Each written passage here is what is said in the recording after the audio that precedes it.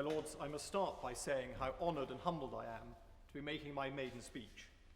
I will admit to a touch of nervousness, but I can't tell you what a relief it is to be able to enter your lordship's house today, walking forwards, not backwards. I too am grateful to my noble friend Lord Palmer for introducing this important subject. I must also declare an interest because I farm in West Sussex and I own moorland in North Yorkshire. In the Countryside Agency's latest annual report, a recent survey shows that over 90% of people living in England consider it important to keep the English countryside the way it is now. For those of us who love and cherish our British countryside, this is heartening news indeed. The problem, my lords, is beneath the surface. The countryside is suffering, and farming in particular is in real crisis. Farming is no longer the largest industry in the countryside, contributing only 7 billion to the national economy, as against rural tourism, which contributes at least 12 billion. But farmers manage over 75% of the land area of the UK, and they are the linchpin of the tourist industry. Last year, the average UK farmer earned just £11,000 for a 50-hour week, and this figure has been in decline for the last 6 years. In 2002, another 18,000 farmers and farm workers lost their jobs, bringing the total job losses since 1996 to more than 65,000. Many UK farmers are now amongst the poorest in Europe, and they need our continued assistance to survive. The majority of farmers accept that global restructuring is taking place in their industry, and they must embrace change. They are willing to diversify whenever possible, and increasingly they are entering into agri-environment schemes. They acknowledge their role as managers of the countryside, but at the same time, they must be able to make a living out of food production if they are to have a future in the long term. One of the main problems facing the farmer industry is over-regulation, and every farmer I speak to believes we are now more regulated in this country than anywhere else in Europe. Bureaucrats in Brussels dream up new regulations and then hand them down to our civil servants in Whitehall, who are expert at redrafting them and often adding to them so that they are as watertight as possible for the UK. There is a commendable quality in the British nature that then makes us abide by new regulation to the letter in a way that doesn't seem to happen in the rest of Europe. Our dairy farmers, for instance, have complied with the milk quota regulations from the moment they were introduced in 1984. In Italy, they are still arguing what the base year level should be 19 years on, and in practice, they have avoided the milk quota. In this country, the IAX form, which our arable farmers have to fill in, runs to 13 pages.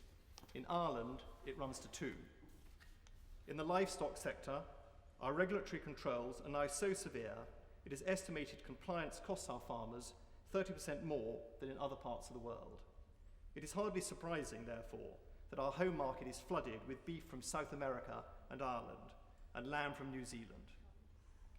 A recent example of even more red tape from Brussels is the animal byproducts regulation, which from the 1st of May requires all farmers to dispose of their dead animals by taking them to a licensed incinerator or rendering plant. For a sheep farmer in the Yorkshire Dales, who loses some of his stock on the open moorland, very often half a mile or more from the nearest road, this is going to be extremely difficult to comply with. Is the scientific evidence behind this latest regulation really robust? Would it not have been just as beneficial simply to regulate that all carcasses buried on a farm must not pollute a watercourse?